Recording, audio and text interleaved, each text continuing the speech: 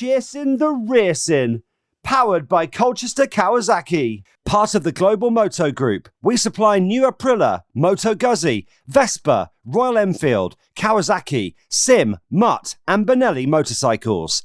3, 2, 1, and welcome back to Chasin the Racin, episode 149, and we're delighted to be joined by Piggy Pete. Hey.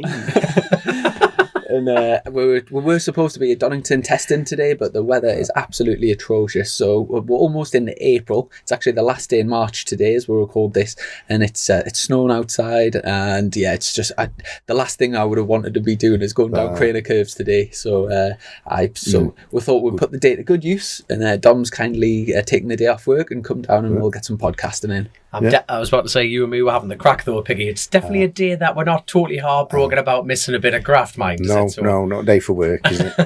I've had to put my thick t-shirt on, it's cold. No, I tell you what though, you are a corporate slag. I'm a big fan of your work. Any opportunity like that, he's on the telly, he's on the radio. Crow Performance Top representing. So hey, but I tell you what, I think we should go straight in with the questions. And, I will just say, because we have had Piggy on a couple of times on the podcast, but obviously as the podcast goes on, we get sort of new listeners. So there will be some people listening and watching who maybe have no idea who you are. So just to quickly say, you're my mechanic and also Dom's mechanic, and Yorkshire's answer for Tom Jones, really. You know what I mean? But I am unusual. Oh, stop it. We're burning down the house here. Anyway, she's a lady, so we better crack on here. How can we get so many Tom Jones songs in? Go on, give me one more. I don't know. I didn't know that many, did he? What's new, Pussycat? Why or Delilah? Delilah, yeah. I'm feeling like a right Tom Jones pervert. So anyway, let's swerve around this one. Let's crack on. So obviously the season's just about to start, but have you had a good sort of off-season, Piggy? Have you been up to much? Yeah, just steady away. I've got a little 400 Honda. I've been like doing that up a bit, just tidying it up. I'm a bit off Maxton. They've looked after me, and it's been a good job. Is that because of the celebrity status?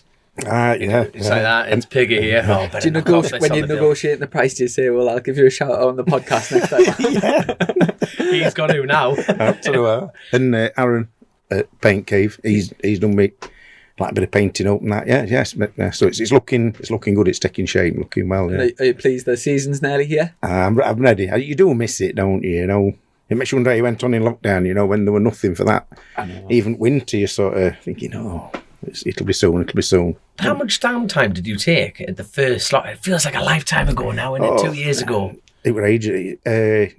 We missed about 3. We missed a good bit, really. A good couple of months, 3 months. Right. Just getting stuff, and it was just a bit busy now, sort of thing. So, but say prices on everything will be going through. Well, don't even talk about. Let's go down this scary avenue of diesel. Do you know how much red diesel is now? I don't, funny enough. I know how much white diesel is. If I rang Jamie Hamilton, he would know about red diesel prices straight off the bat. It's like £1.32 for red diesel out the pump. That's not really that much cheaper than it's 170 in it. For the forestry lads at the yard, so they charge more money to bring the diesel to the site, just for wear and tear on it. But they're paying £1.11 at the yard for red diesel. Heartbreaking. Heartbreaking. And it used to be way cheaper, didn't it? It's like 50 pence a litre, man. It's mental. But they're doing away with it, aren't they? Tomorrow's they're doing away with red. There's only forestry, agriculture and forestry. That's it. And fishing, isn't there? Because I went over to when I battered my face in, I went over to Ireland and they were I tell you what, I got dipped there on the way back, and they're proper clamping down on everyone. So I think we're like full supporters of running red diesel. The amount of times we've run it on this show. Do you know, I was out last night for a curry, and one of the lads that was out, Derek, told us that there's a Facebook group in over in Ireland, and it's like basically the red diesel watch. So if they're dipping tanks, you post the location of. So basically you check it like before your journey, and you know where. So you know where they're like dipping, and also the TV license people that come around as well. But so if you're TV license, that's brilliant. But I spot going into the season. Obviously, you're going to be busy because, as well as the full BSB season, you're also going to committed to quite a lot of the road racing with Dom. Have you actually sat down and worked out the calendar of like how many weekends you're going to be away? Don't put them off. Not all of it. Yeah, I've sort of got it written in a bit of a diary, but I'm just going to. Because the lad who I used to work with, he's sort of retired, so it's just me now. So I'm doing sort of smaller jobs. So if there's just me, I can sort of work around things a bit better and not worry about having to sort of get work lined up for him. Aye. Are you looking for a labourer? I don't know yet really. I'm sort of all right doing what I'm doing. Send CVs to Peter. Peter_Haynes. That's what I say. For people not like who won't know who you are, it's like, are you still very much in the? You tell us what is the forward of going Piggy here? Well, I don't know. Like I say, you get some. I'm sort of enjoying it, sort of being sort of not working on my own, because it's sort of nice to have a bit of company. But I have wireless on and a bit of Planet Rock or whatever. But yeah, it's just, I don't know, having somebody else, it's always can be a bit unreliable. And when you find somebody who's good, it's all right. But there's a lot who aren't good out there. So that's it. But what do you mainly do for our new listeners? Block drug dealer, aren't you? Yeah. Now and again, bits of drug dealing now and again. Block paving, landscaping and stuff like that. There we go. And slabbing and. Yeah. There isn't a single person that isn't busy. I tell you what, briefly going back to the fuel crack, now that you've done your first test, was fuel more expensive, like the race fuel? No, it came closer price wise, didn't it? I think it's not gone up as much as. That's good to hear. That's really good to hear. We'll come on because obviously we've had our first BSB test down at Snetterton last weekend, and there's obviously lots to talk about. But just before we get on to that, since the accident, you've had your first run out on a bike, a little bit on the pit bike, and then out on a proper bike, and had a really successful weekend down up at Croft, and it was really cool to see. Obviously we'll talk about it, but really cool to see you take the lead of Croft back to the Countons. So congratulations for that. And was it good to get back out on the bike? Yeah, it was obviously very nerve-wracking. Like we were saying on the last pod that I decided to try and swallow a chainsaw hole. I was a bit nerve-wracked about the eye. I'm thinking, how's it going to work? I'm thinking, what I was really nervous about was wind, believe it or not. I know we're wearing helmets and stuff like that, but I'm just thinking to myself, coming up underneath the chin, I'm thinking, is this going to buffer about? Is it going to distort it? And being honest, it was a lot better than I thought it was going to be. And it's because I haven't got the ability to fully blink. I have to more squint and actually forcibly push my eye down to make it clear. But I got it done. I've got a second quicker than I ever have around Croft on the 600, which I'm over the moon with. The Super Twin was absolutely flying. We were like, it was nice to just get out in front and stay out of everyone's way on that side of things. But how do you know the difference in lap speed between the 600 and the Twin? What was the difference? I was only it was 4 seconds difference. So it was between the bikes, and it was it was good. But the weather was a massive game, like you were briefly discussing beforehand. The fact that it's miserable, snowing and rubbish, and cars are sliding off the roads back at home and that. And last weekend we were all getting suntans, weren't we? It was lovely, weren't it? Snetterton was beautiful, wasn't it? Absolutely fantastic. But even going into that weekend, I tell you what, I must give a massive shout out to Joe Burns. What a rider he is, man. He can pedal a motorcycle. He did stock 1000 for years, and he's been in the British paddock for many years. You must have raced against him. No, it was before my time. Right. My God, he could pedal a bike. And what a learning. I've done a couple of Britishes before. I've done one on the stock foul, and I've done 2 in super sport. Now, when I've qualified, I've been at the back. That's the blunt side of it. I've been at the back. And when you're going out for your first lap, everyone off the start line, you're going in, everyone almost finds a rhythm. You just make your moves and pass. But I've never been on the front row against a British rider. I tell you what, the commitment off the warmers, the warm-up lap and stuff like that. Now, all the rest of us, especially because I've not done a lot of it, it was the first lap of the race, you're still building up the heat in the tyre. First corner, Joe was just on its ear and just giving it full throttle. And I mean, I was matching Joe Burns' times, but he just bridged the gap immediately. And it was just Jesus wept. And you're thinking, all you lads are doing that exact same thing. It's just no hesitation. And watching that firsthand, that is crucial for the Isle of Man, because you think John McGuinness, he was really the first big game changer, wasn't he? in my opinion, because he was doing 130s from lap 1, like stand-still laps. And you think he was just breaking the time down immediately when everyone else was getting warmed up. And you think, really going into the Isle of Man, without taking the piss, obviously, Chrissy, but I'm going to have to, well, not wait. On that V for Victor video with Joey, he sort of gets through Union Mills, and then he says, right, you're through here now, your tyres are sort of up to temperature, you can start, and like that's 4 mile out, something like that. Yeah, exactly. No, and that's the thing. You go, like, I'm exact same. I'm like, I get to Braddon, and I've scrubbed the right-hand side of Quarter Bridge, and I get to Braddon, it's like I've scrubbed the left-hand side, then you go into Union Mills, like you say, you've generated heat there, and then after that, it's full charge. But these big, well, look at what Harrison, Hickman, all the front lads are just going in the Quarter Bridge first lap and just going, but they pre-scrubbed the tyres, you know. Well, I was going to say, is there much time between the taking the tyre warmers off to setting off at the TT? The further down the line you are, because like in the holding, like, so there's no mechanics past this point. So once the siren's going off, you're starting to go down the road, you can imagine from when, number one, John McGuinness, for example, this year, he'll have the hottest tyres from the word go, because there is a little bit of a time delay. We've got 10-second gap. So say 1 to 20, Craig Neve at 20, with his first time seeded rider as well, he'll go flying this year. He really will do mint. He'll have longer off the warmers, but it's like 1.5 miles to Quarter Bridge. Is that right? It'd be a mile. You tell me. Yeah, mile-ish. Is it the pub? Yeah. You know, we walked it a few times, me and Piggy, like from the grandstand straight down. It's 1 mile going, 3 mile coming back. Sideways, aye. And but no, like you say, that generates a lot of heat, but it's the confidence to lie it on its ear. You know, like immediately. But what I find, like, they all scrub the tyres. Hutchie scrubs his tyres, Dave O'Johnson scrubs his tyres, McGuinness scrubs his tyres. They go like Derby, and they've just got loads and loads of wheels.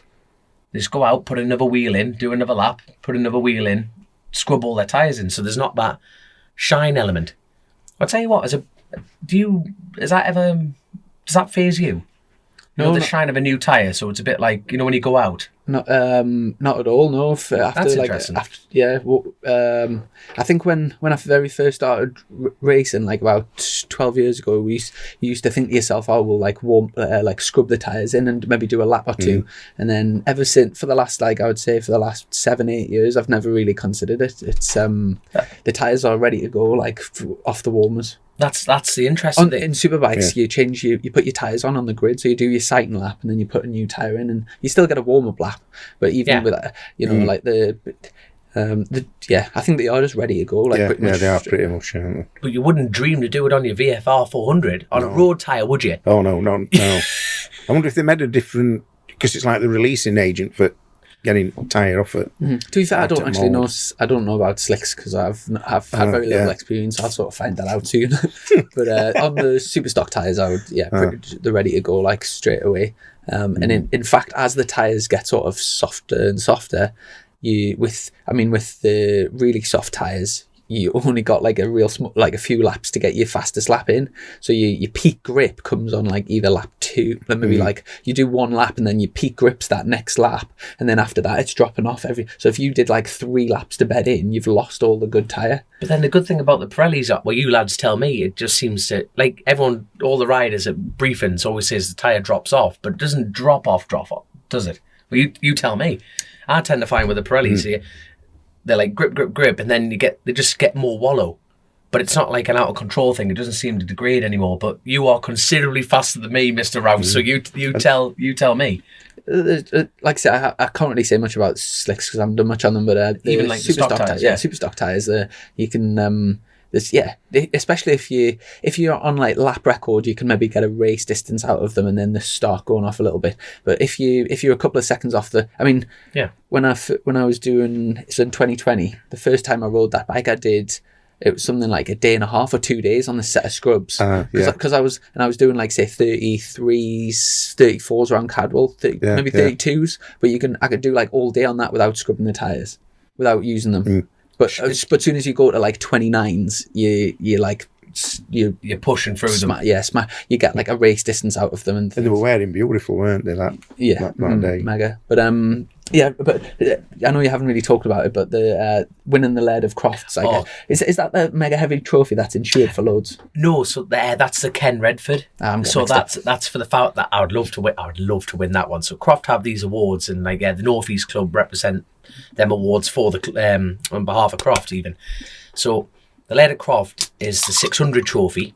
Yeah. So it's like a point system based over the 2 days of riding. Same with the Ken Redford, but for the 1,000 class. But you can enter a 600 in that. I actually got a second place in the open race. Oh, well done. Chicken Charlton was flying on that R1. I was doing the same times as him on the big bike.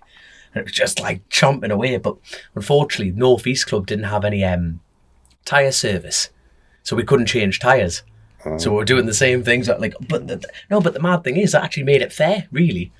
Because no one could change tyres, so it was like out you go, and if you didn't have another set on the rim, or you didn't have someone in a van that could swap them for you, everyone was going out on the same knackered rubber. It was brilliant, absolutely brilliant. But Joe Burns, I learned a hell of a lot from him. He beat me in 2, and I beat him in 2. And hold on, no. I'm trying to think. He had a DNF, unfortunately. He had a DNF. Something went up with his bike, and then I won that race, and then the next race after that, I won that one. So it gave me enough points to come home with that trophy. But for me, it was same thing again. I thought I'll never win that trophy. But what made I was shaking like a shitting dog before that race. I'm not gonna lie, because for the Counting family, James has won that trophy every year since 2014. And when you look at the names before that, it was huge, and James used to turn up and upset everyone.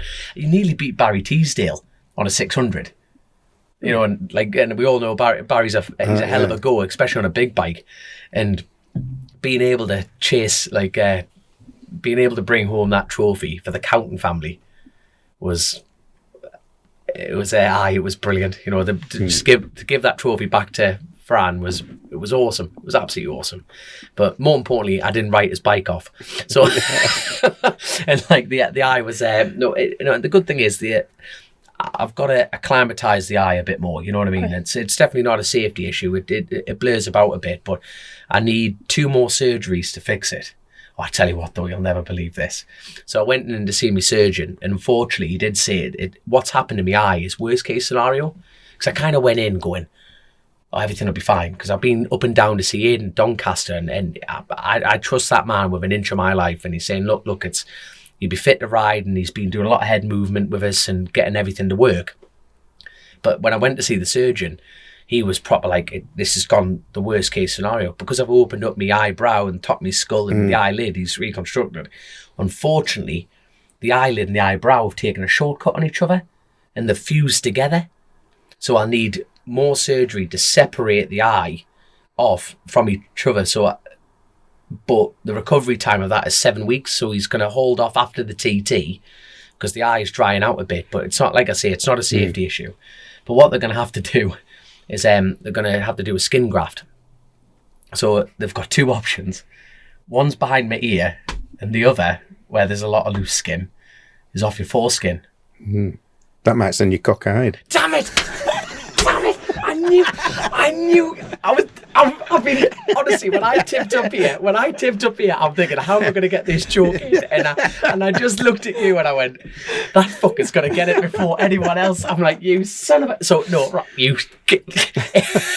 Aidan Robinson said that to me, right? Honestly, I was... You might get a bit of foresight as well. Oh, God, I should have said nothing, but there you go. But Aidan Robinson, I'll tell you what, though, that's how much I trust him. He's on the phone to us. And he's like, Dominic, when you go to see the surgeon, they may say you need a skin graft. And he was bang on the money on that. He goes, but because of the way the head is and everything like that, he actually said to me, ask him to take it off your foreskin. I'm going, so it had been done? No. There's me going, he's having me on here. And he was so straight-faced. He was on the phone going, seriously, Dominic, the thing is, bat your head with a helmet, it'll knock you concentrate. I'm like, right. And I'm sitting here on the phone going, I'm going to have to get I'm going to have to get the hood nipped off here. I'm fully in a state of panic. And he told me that cockeyed thing, and it took 5 minutes to sink in. He's going, really? But I'm worried about my eye. And he goes, nah, you will definitely end up cockeyed. I'm like, but I don't want that in. And I'm literally sitting there. No, I was just totally absorbed in the fact of going, I'm going to lose my hood here. And I could hear Sally, Aiden's wife, in the background, like tears are rolling. I'm like, what's she watching on the telly? I could nothing was sinking in at all. And he goes, they're not going to take up your foreskin, you bloody idiot, but make sure you put on Chasin the Racin. But this dingbat's ruined it. There you go. Are you getting a skin graft though? No, so yeah, all seriousness, I'll need a skin graft from the back of my ear to make a spacer, because the skin's gone too tight, so the eyelid's open, which is actually beneficial for me instead of having it dropped. So, but the good thing about my surgeon from the NHS there, he's going to keep going till it's right. So in the winter, they're going to have to pretty much stitch my eyes shut and everything like that, and I'm going to have to go and do a different job for the winter. So if there's not enough at the back of your ear, you can use these babies. Plenty on them for you. Well, you know the skin that's behind, that loose bit there. Yeah. It's not even loose. It's like that's the only bit that can replicate it off. So they're gonna have to put a spacer in, and then go at it again because it'll drop the eye.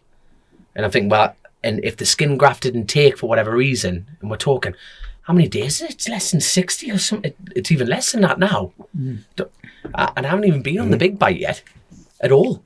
You know, I've only been on a big bite twice in the last 2 years, and I'm like, I can't afford. Hence wearing these little, see, I think one of the letters is rubbed out. It was S, deflectors. I don't know what the other letter is on the other side of it. It was like a really cheap brand, and yeah, something like that. Very resistant to sticky chemicals or something like that. So anyway, I got these, and these help for I don't need glasses, but the blue light on your phone, so it's a right pain in the arse, man. Just knacks your eyes. We were having the crack with it beforehand, innit? Yeah. You're the same. And it's just on the laptop all the time, but there we go. But anyway, enough about my shite. I've been very lucky that I've been back on the bike. I can't thank the counting team enough. I can't help all the sponsors. Very, very lucky. I said this all the last podcast, but I know how lucky I've been, and I just can't wait to get Cookstown next for me at the middle of April. Some point in April. I'm going over to Ireland to race a bike, so I can't wait. Mint. Can't wait. So, is that like a national meeting? Yes, so the Cookstown, and then it's the Tamragee after that. So are you doing Tamragee? Yeah. So doing Tamragee on the Davies machines. Right. So I'm just on the classic bikes at Tamragee. Right. Then I'm doing just the Counting 600 and Super Twin at Cookstown. Yeah. And then my plan between there and then is I'm going to do East Fortune at Melville on the big bike for the weekend. Hopefully it's not pissing down with snow. Mm-hmm. And I'm going to try and get some track days in and stuff like that. Is this all before the Northwest? Yeah. Wow. So you've got busy next. But I need more luck. I think I've used all my luck card. But it's not long to Northwest, is it? No. It's not that long till the TT, really. Well, you've said you're going to come for the whole. I hope you haven't changed your mind. You said you'll come for the whole TT, aren't you? Yeah. Yeah. And you're coming for how much of the Northwest again? Thursday. Mint. For Thursday practice, I'll be there. Ideal. Thursday night. It's Thursday morning flight. Is Flick coming? Yeah. For both? Yeah. But he's not doing full session at TT. Right. He's doing Thursday practice week at TT. Absolutely. And me and you are coming out Monday, the practice week. Yeah. Mint. And then coming back following Sunday. Are you bringing the trailer? I haven't booked the trailer on. No, I think you're just on. I've got booked a bike on. Yeah. Mint. I think we should. I feel like we should. It's not you, right? Yeah, it's somebody else. I've done. Yeah. Just remembered. We'll have to put a shout out on the Isle of Man, won't we? Yeah. Because we can bring the gear along and do some interviews, couldn't we? What, the trailer? No, I mean, like, we could bring the mics and bring the cameras over, and couldn't we? We'll just say a set-up studio. Like a roving reporter and that. Yeah, we'll sort something. We'll get it. So it's a shout out if anyone's got a spare, whatever, a spare room or something like that. Get it all kitted out. I'm sure we'll sort something. So let's talk about snetting then. First BSB session, test session kicked off last weekend. So we had Friday, Saturday, Sunday. For myself, obviously, it was the first time out on a superbike. First time out, since Brands last year. So since October. It was, yeah. And it was just mega to get out, sort of first time the whole team's been together. Actually, from the podcast, like a while ago, we were talking about setting things up, and I put the sort of feelers out for a few people that wanted to get involved.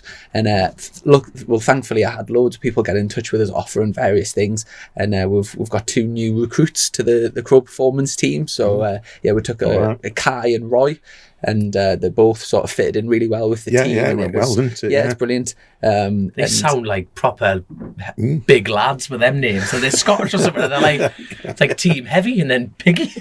Like, Piggy. I've already got a nickname for Roy anyway.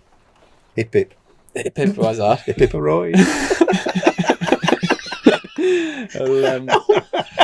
And also Phil brought Marsh along, and again Marsh was an absolutely great Adam addition. Marshall. Yeah. Oh, that would be. He's easy lad. I like him. He's easy lad. The raise the mail boy. He's raise the mail. Yeah, he's brilliant on the bike, and just another really great addition to the team. So everything's sort of shaping together. Yeah, everyone sort of got on. It went well, didn't it? I thought Really it good. went mega. Yeah. And obviously we actually got the bike sorted that like the day on the way to the test, so a little bit of dyno work, and then just sort of had 3 days, settled in nice and steady, and just sort of chipped away. The thing is, because it was kind of starting from scratch, it's not like we've got these settings and like we know where we need to be with certain things. It was really like we just went out, had a few sessions to just get used to it, like bedded in, and then it was just a case of like we're just changing things, and we lifted the rear, we dropped the rear, we lifted the front, dropped the front, tried, and every single session we just did something different to the bike, and then came back and evaluated whether it was better or worse. And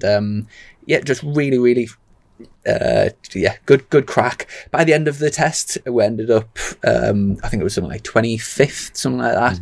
I was 2.5 seconds off the fastest, and for my first go, I was about a second a lap faster than what I've ever been on a super stock bike. And although for some people you would think going from super stock to super bike, obviously it's a better tires, theoretically a better bike. The bike I'm on at the moment is actually it's still a super stock engine, but that's getting tuned before the first round. So hopefully we'll have a little bit more power to come in. But you would think that you would find time easy, but although the capability of the bike is a lot greater, obviously you can push it harder and stuff. The window of where it works is like much more narrow. So it doesn't sound much to say, oh yeah, I was a second faster than what I was on a super stock bike, but it's I was really chuffed to start there, and just like say, just sort of chip away and build on that really. But not only that, you haven't been on a bike. They don't when you compare everyone else being out in Spain riding stock bikes, everyone's been out in pit bikes. You've done nothing but mark maths papers and go around like a right dodgy jippo in this trailer. I was mega rusty. The first like session we went out, so we waited for the track temperature to come up. So we're like, because the first day was open pit lane, so we'll give it a few hours, let the track temperature come up, and then I went out, and obviously first sessions since October, new bike, everything was new. Obviously no electronics, so I've got a scooter brake instead of a foot brake, so every time the bike went a wheelie, I was going for my foot and then remembering it. And by the end of the first day, do you know when you just need a good night's sleep? And it was a little bit overwhelming, to be honest, because it was just so much happening. But then I woke up so much fresher the next day, and just kind of learning stuff with the Motec. It's unreal the sort of stuff the stuff you can do, and we've literally just touch the surface. There's so much the capabilities of what you can do with the engine and the split throttles, and I mean obviously you'll get used to working with the splits on your bike. I hope you're soaking this up like a sponge, the laptop and everything. I unplugged it twice. Good lad. At least you know where to plug the thing in. I'm laughing. In terms of the obviously people will be familiar with the sound of the split throttles, so when the please replicate the noise. If not, Piggy, go on. It's just like a Yamaha sound, isn't it? But you hear it more on bike, don't you? It's that sort of. Go on then. When you hear airbox noise, I don't know. So we've got audible listeners here, people. But we're trying to describe a noise that they have no idea about. For the love of the show, gentlemen. It's not like a limiter coming in it as such. It's not like when you rev limiter. It's not like that. Give me a rev limiter then. Come on. Yeah. When you get into the corners, and then as you pick it up, it comes up to a high pitch sound.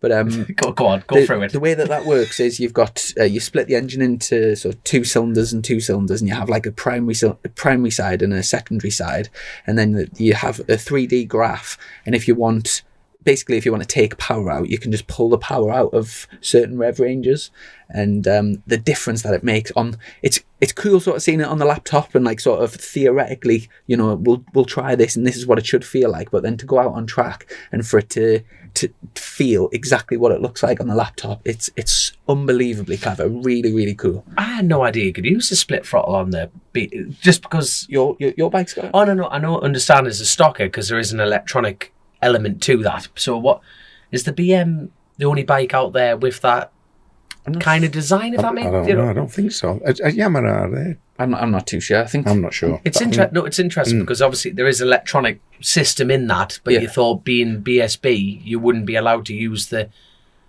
that. You know what I'm getting at here. And then, you think they'd be like, look, you can't run it because no one else has it, kind of thing. You know. Yeah, I'm not really sure, but and on top of that, sorry for grassing you up if that's the case. No, you are. Chrissy, you're not allowed to use that. You are definitely allowed to use it, but just overall, and in terms of the other riders that were out on track, obviously there's quite a few new additions into the superbikes, as well as people coming back. So Sykesy was back out and has them. Go on, I was about to say, you haven't talked about the biggest adjustment. Is steroid abuse helping being a superbike rider? Then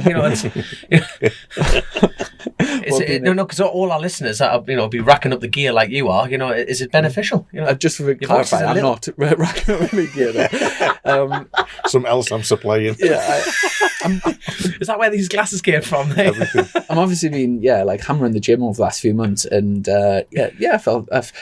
You always feel like when you first get on a bike, it doesn't matter how many things you do in the gym, it's like kind of muscle memory. It's very specific muscle groups, and you can sort of try and replicate it in the gym. But I felt good. Good. We're doing. I tell you one thing that was quite interesting, which I've never really got into, and was touch on it a little bit on the show, but like not speaking from experience, and that's the tires. In Superstock, pretty much everyone uses the same compounds, and it's like there's not much of a choice. Where in Superbikes, you've got the Zero rear and you've got the X rear.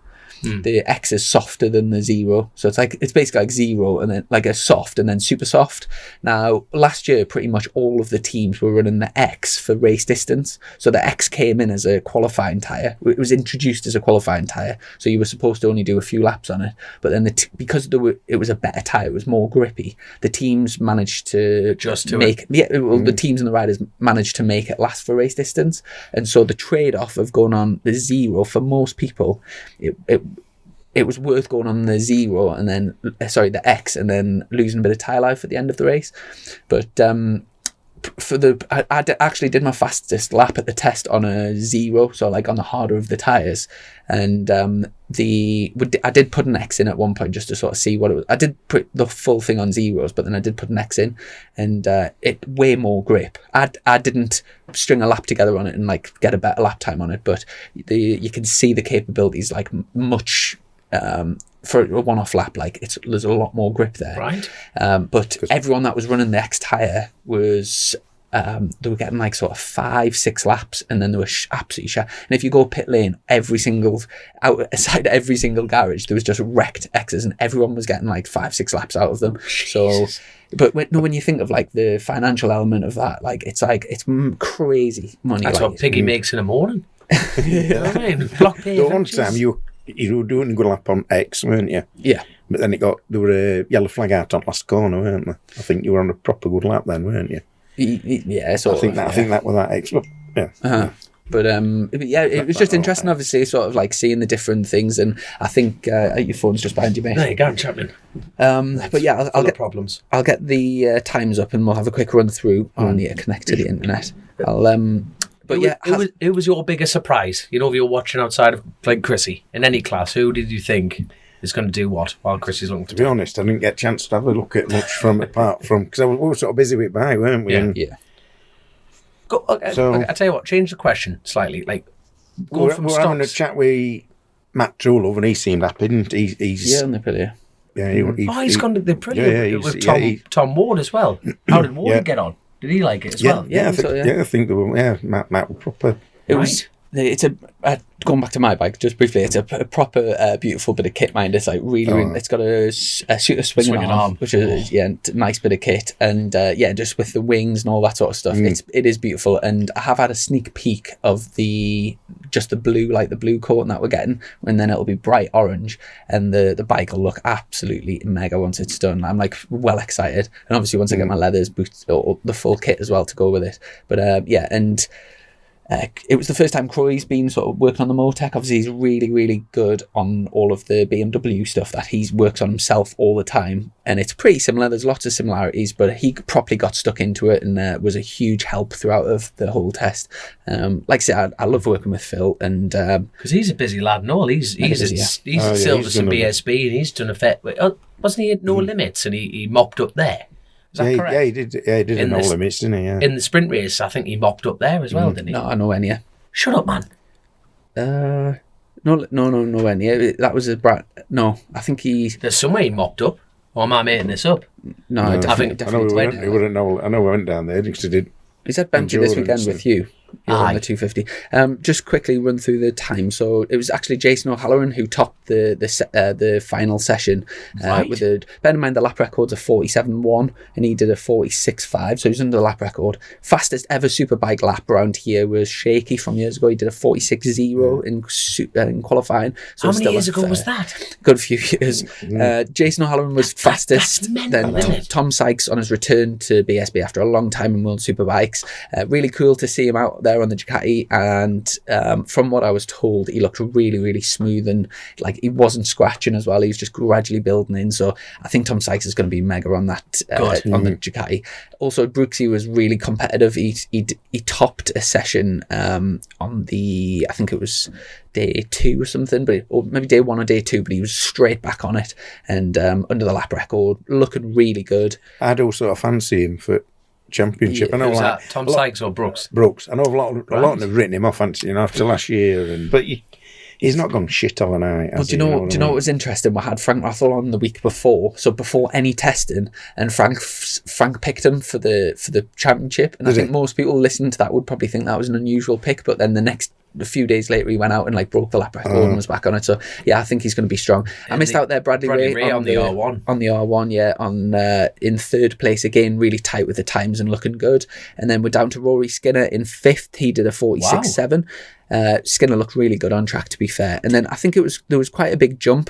So there was the top. Let's have a look. There was the top 5. So down to Skinner were pretty close, and then there was a big jump to Danny Buchan in 6th. Wasn't Danny on the first couple of days top in the timesheets? Yeah, it's the final overall, isn't it? Yeah, all these tests, right? Yeah. So then there was Buchan, Tara McKenzie, Peter Hickman, Danny Kent, Tommy Bradwell, Andy Ewan, Lee Jackson, Kyle Ride, Ryan Vickers, Christian In, Dan Linfoot, Leon Haslam, Glenn Irwin, Josh Owens, Luke Mossey, Takahashi, Tom Neve, Mizuno, Storm Stacey, myself, and then Luke Hopkins, Dan Jones, G. Cock, Harrison, Delves, Sheldon Shaw, Hutchinson, Bjorn Esterman, James Hillier, and Sam Cox. So that's the full thing. What's the crack with Hutchie? Because I've heard rumours that he's put himself to the moon and back. So Hutchie, he only did the first session and he actually crashed on the first session. And stock or superbike? He's down on the Superbikes entry, so I'm not too sure. Jeez. I thought he was. He'll have been practicing both for getting ready for the TT, won't he? But yeah, I think he had a little bit of a high side, I think, coming out of turn 3, and maybe like collarbone or something like that. But if Philip Neal, if you are listening, I'm available if Hutchie can't make it. there was a few crashes, to be fair. There was, across the 3 days, I seen there was like quite a few red flags and yellow flags and stuff. So, but aside from that injury, I think that was about it. Tom did his hand at Tom Neve, didn't he? Tom Neve had a little crash. Yeah, he made a big step. I think it was the second day, and then I think he's all right. I think it was just hurting too much for the last day. Yeah, he did a couple of laps, I think, didn't he? And then I think he high-sided, which is a wise move, isn't it? If you're not right, definitely. And a few standout things. I was really surprised to see Haslam in 17th. Jesus. I thought he would probably be top. If I had to predict, I would sort of expecting him to be sort of top 5, but I'm sure he'll get that sorted. Also, anyone else to like sort of Danny Kent did not make a job there, mind. Taryn McKenzie's been so after obviously his massive crash. So he'd have just been out there just sort of lapping and just like sort of taking it easy in his world. But P7 for him, that's really impressive after what after Made the a win right we mess of had. himself, didn't he? Yeah, sure. But yeah, overall, I think everyone was pretty happy with the test and sort of got everything that they needed to. What about stock times? Let's have a look at the... So super stock, Chris it is was like, I'm not in that Tim class anymore, Neve. so- Tim Neve topped the super stock championship. Let's have a find it here. Super stock, yeah. Is that it? Is that stock 600? Something to be said about them Yamahas, isn't there? Let's find it. Here we go. Yeah, super stock. That's it what, there, yeah. This is going to be the So perfect Tim- show, this, because we can actually have a look at the 7 people going round today at Donington Park after we've looked through this. So this is perfect. Tim Neve topped the super stock session. Go on, Tim. On the Yamaha. First proper session on the... Obviously, he's been out testing and stuff, but first proper session. So that's running on Motec this year, which is... I think last year there was only the Aprilia that was running on Motec, so they weren't allowed to say traction control and stuff like that, but then they ran the same sort of setup as what BSB had. So Fraser Rogers was on that last year. Now Tim Neve I know is definitely on that on the Yamaha, and also Joe Francis, so the bike that I rode last year, they've changed over and they're running that on Motec as well. Right. So it's Tim, Alex Olsen, Joe Francis, Billy McConnell, who was just changed to Honda this year, Brent Harron, Davey Todd, Charlie Nesbitt, who's just... Davey Todd's going well, mind. He is, yeah. And like Charlie Nesbitt, first time on the big bikes. Yeah, just made the jump over to Suzuki. 0.1 off Todd there. And Lewis Rollo is out on the Honda, the Malenko bike, Paget's Honda. He kept that quiet, mind, didn't he? That just appeared, that. Like bearing in mind you were down at the test, I hadn't a clue. They were next to us in garage, weren't they? Yeah. And it looked, all running well, really. Because he was on looked well, yeah. stock last year on the... Whose team was he on? RAF. Yes, Lee Hardy's team, wasn't he? So he's gone from the Kawasaki over to Honda. So. After Lewis Rollo, it's David Allingham, Tom Ward, Ash Beach, Sean Winfield, Levi Day, Jack Nixon. Jack's teammates to Alex Olsen on the FHO bike, Braden Elliott, Richard Kerr, and then it goes into Supersport time. So Jack Kennedy was top Supersport. And then going down, it was Jamie Van Sickler. Sicklerus. Am I reading that right? The Dutch lad. And then Bradley Perry was third, followed by Harry Truelove, who's just joined the Appleyard Macadam team to be teammates with Brad Perry. Dean Harrison on a stocker. Yeah, Zach Corduroy, Lee Johnson sixth, and Ewan McGlinchey is seventh, and then Damon Rees, who's now teammates with Lee Johnson on the Ashcold bike, rounds out the top 8 for that. Is Dean Harrison not on superbikes this year? Dean Harrison at the test was out on I think he was out on his stocker and his Supersport bike, and he was just back to back in it. So he had loads of riding. Right. He's been getting well stuck in with the enduro riding over the off season. I don't know if you follow him on social media, but he's Kawasaki have done him a 250 enduro bike, I think it is. Yeah, it is. And he's out on it, but he gets proper stuck in, and that enduro job is very, very difficult. And he rides in like the top class, not like the expert or whatever. And he's really good at that, to be fair. Billy Bolt's won it. A local lad, he's won the World Endurance Championship again, hasn't he? Yeah, he's absolutely smashing it, like Billy. And he's gone to Red Bull.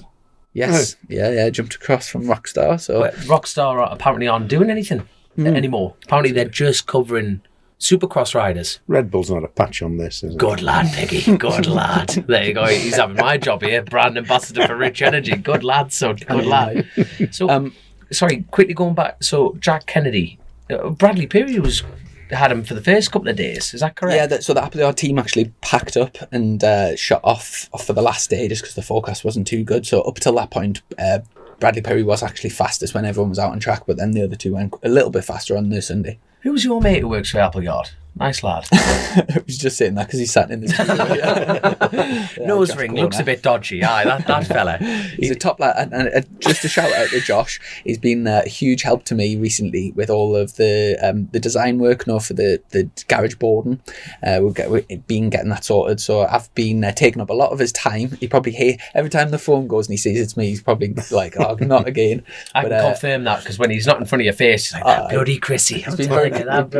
Go over for an eye commandos and get stuck in and get loads of work done. And he's been a huge help. So yeah, massive. And while we're on the roll of shout outs, Josh did throw a knuckle duster at us. What's all this about? To be fair, this a bottle opener pick P's been trying to open a bottle of beer with it for ages. Do you know this is nothing to do with Josh, to be fair, but other than the fact he passed it. Took him under the bus there. But so a company called Olito on Instagram got in touch with us and just said they'll send us one over, and it's for people that aren't watching YouTube, just on the audio, it's basically just like a sculpture of a motorcycle, but it comes be a paperweight. It looks like different colours. It looks like a melted down mug. It's the handles there. Yeah. It looks it's unique. Yeah, I like it. They're not like it's not a sponsor or anything. They've literally just sent us one, and I just thought it was really nice. So I've brought it in the studio just to show people. But they're on Instagram. Designed and developed in the Isle of Man. Yeah, came over from the Isle of Man, and I've got to give them a shout out. Right, 12 plus. I better put it down. Do you know when you get something like an ornament like that in a packaged box? So usually you just like wrap them in bubble wrap and stuff. I've never seen anything like this. So it was like fitted perfectly into this little box with it, like all the things cut out, and then they'd went round and glued like micro bits of foam on all of the edges, so it like sits in like a really, really cool, beautiful little. I suppose it would be like a good present for someone that's into bikes, and like just it's like a monument type of thing. But yeah, it's very nice, and so I just thought I would bring it in and drop them a little a plug. And ideal. On the can I keep it? It's my colour. Yeah, you can do it. Go on, Piggy. I said, do they do like different colours, you know? Yeah, all different colours. They're all that design, but they're like that shade, but then loads of different colours, yeah. But yeah, they're really good. Because they did if they did team branding and stuff like that, you could have. You know what I mean? Yeah.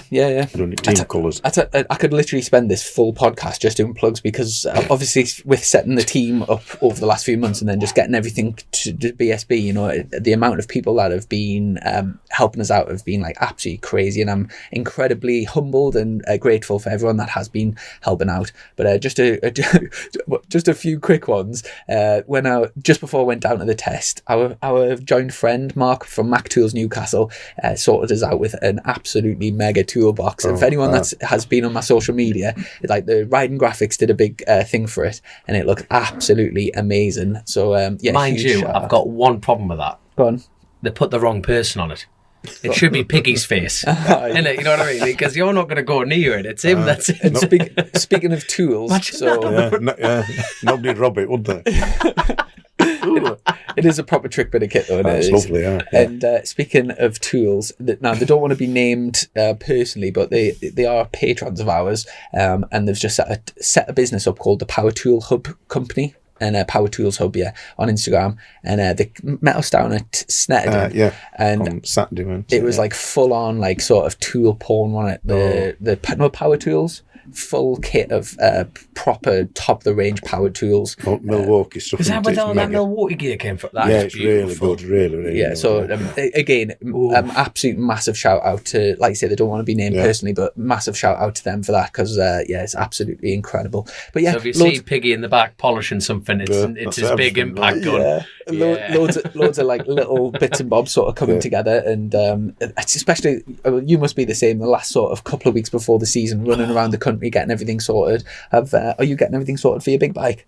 It should be turning up next week. Right, it's cutting it a bit fine, isn't it? My giddy hand, man. You know, it's we'll talk about it once I've got it. You know what I mean? I just don't want to jinx the job. I'm just sitting here going, well, I've ordered this, I've ordered that, I've done this, and like you say, Chrissy, the sponsors list. I think we're going to actually have an episode dedicated just to actually.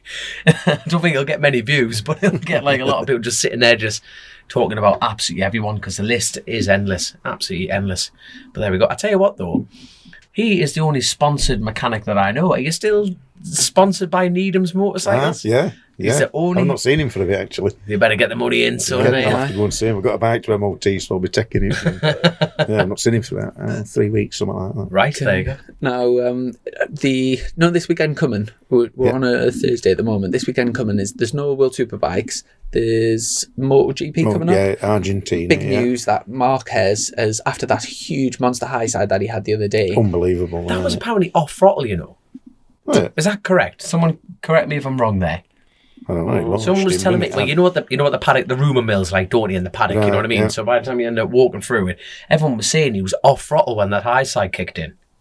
Right. So it was looks just like on throttle, but that's what I mean. But, Monster high side, and obviously he's had problems with his eye for a while, and he was out for a long time with that eye injury. Cheers, mate. Is it like a blurred thing, or is it like a blinding thing, or it's an injury to do with his eyesight, and that massive crash has re-triggered it, so he's going to be missing the following Grand Prix. So anyone that's in my fantasy league, if you've got Marquez, I would strongly advise you to switch him before this weekend, because he'll definitely be scoring no points. By the way, I had the last Grand Prix. Do you know, I was kind of taking the mick out of myself because I'd done terrible on the first round. Yeah. I was like almost last in the fantasy league. So the following round, I've got Binder, I've got Oliveira, Zarco. So I had 2 of them on the podium. Then I'm back up, like mid-pack now. I think I'm into the 70s, something like that. And I've also changed. Who did I change? I had someone, I can't remember. I had someone that was doing really rubbish for us. I'll have to think of them. They were like, Vinales. Oh, yeah. Mav. I've switched Mav. By the way, have either of you been watching the Amazon Prime thing? No, I've heard. Do you know what? I've heard loads of. He's doing slabs and I'm felling trees. So, so a lot of people that are listening to this will have started watching it, but it's over on Amazon Prime. I think it's called Unlimited. Is that right, Josh? Yeah, Unlimited, and Josh is like our guru from what do you call it? Joe Rogan show, innit? You know what I mean? Check that up, Jamie. Check that up, my man. There you go. Can you find out if that was off throttle on that high side? Because I'm determined to get one over on these two. If you go on, it's Amazon Prime and check it out Unlimited. It's basically behind the scenes, and there was a massive thing on Netflix, Drive to Survive, which revitalised Formula One, got loads of new fans into the sport, and this is kind of like an attempt to do the same sort of thing. But from everyone that I know that's watched it, they've said it's absolutely amazing. You can't believe like the conversations you get a hearing on, some like really sort of juicy gossip and bits that happen like behind the scenes, and you feel like you get to know the riders a lot more. So I'm mega busy at the moment, but at some point I would quite like to start watching that. And that's just on Amazon. Yeah, it's on Amazon Prime. Yeah. Shit. My BBC. I know, it's like Netflix, only one person buys the account and then you hop on that, don't you? I need to find some Amazon account. Just a little update as well. Do you know Chasing the Championship, which has been in the making for years? David, that's been submitted for Amazon Prime, so we're just waiting to see if it gets accepted. So I'm hoping that's going to be out there some No, that is worth watching that. It is. There you are. But that's because you're in it, so there you go. You see, that's the selling point. You're like a star and roll in it, aren't you? Yeah. Yeah, it's good. You've got to watch it right till end though. It was quite funny, when I went over to the France thing and like taking question and answers, and like French people that can hardly speak English asking about Piggy. It was very funny. I should have gone, shouldn't I? I know. Like lost Yorkshiremen in the middle of Nice. It's very nice. Why don't Frenchmen Here we go with this. have 2 eggs for breakfast? Because 1 egg is enough. That is terrible. Oh my god. Do you know what? Everyone tuned in to watch this has been waiting for the piggy joke, and they're going to be gutted by that. You better have some more. I'm telling you. There's a couple of corkers off air before we started, but we definitely not. You would keep them off. Yeah. One were true. In terms of some MotoGPs on this weekend, where's it at? Argentina? Haven't a clue. I'm not. We'll have to sort of. Yeah, it is Argentina. Hold on. Here we go. What we've got in the corner. And then World Superbikes doesn't kick off for a few weekends, does it? Yeah. And I'm looking forward to seeing how that sort of settles in. Have you seen any of the testing times for World Superbikes? No. Me and Piggy come on the show to learn from you, mate. Since Bautista's went back to Ducati from Honda, he seems to like really revitalised himself, and people are talking about him as a sort of an outside bet for the championship this year, which he was never close to on the Honda. So it'll be interesting to have him back in the mix of things. Also, I think Scott Reddin's not being like right at the front on the BMW. Did he have a problem with his? Did he have an injury to something to do with his spine or something? I think he was struggling with his wife. A vertebrae thing. So I think he was started off the testing a little bit injured, but obviously it's a big change and it'll take a bit of time to adapt. And also a teammate, Michael van der Mark's had a huge accident on his mountain bike, snapped his leg. I think it was a leg snap, wasn't it? He's had a serious injury anyway. It's on, if you check out his Instagram, and so he's going to be out for a while, I would have thought as well. So yeah, it's one of them things, everyone, when the season starts, everyone's so keen because you've had that sort of like the tension building up for months and months and months, and then you like get to the season, but it's really important just to like bed in nice and easy and slowly catch your monkey, because you can, on the first day of the new season, you can span yourself, can't you? I know I'm not speaking about Van der Mark there, I'm just saying in general. And you've just got to be so careful. So the whole club racing scene's been kicked off for a good few weeks now. Obviously you mentioned the North East meeting, also the Bemsey were out at Brands Hatch a couple of weeks ago. No Limits had the first round at Silverstone, and then Bemsey are back out at Silverstone as well. You're going to have to give Daniel Sam a shout out. He was winning the rookie races by a country mile, and then he got taken out by all accounts. He did, and he's been injured quite severely. So if you listen to this, Sam, unlucky son. Simple as that. Shout out to him. I tell you what though, you know who I'm over the moon with at the BSB? The king of testing himself, Jason O'Halloran. You know, when he just read through that list there, he is the king of testing, isn't he? So let's just hope he breaks the habit this year. God, I tell you, who's your top list? What, for Superbike? Yeah. I don't think Brooks. I do, honestly, yeah. Who's second? You can never rule out the Yamahas, can you? No. There's 4 of them now as well. You did say a Sykes. I think Sykes is going to be up there. More so than Aslam, I think. Right. And like I say, you can't like rule out a Wallerden and... I think that'd be my 3, I think. I tell you one thing from being out on track, which was kind of nice because it hasn't happened for a while, is, do you know when you're in a class where there's like people are doing things that there's sometimes in Superstock, like you'll be out and someone might pass you, but you can sort of see that they've maybe just got like a slightly better setting, and they're making like a tiny bit here and a tiny bit. You're basically doing the same, but they're just getting a little bit better time. It was like humbling to be out on track to see people doing stuff with the bike, and like thinking to yourself like, at some point in the near future I'll be able to do something like that. But at the moment it's like having your eyes open of like how much you can push the bike, push the tires, and it's like I say, it's humbling really to sort of see it on track. And it's pretty amazing, to be fair. There was a few people that passed us and I just thought, wow, that looked like, that is incrable.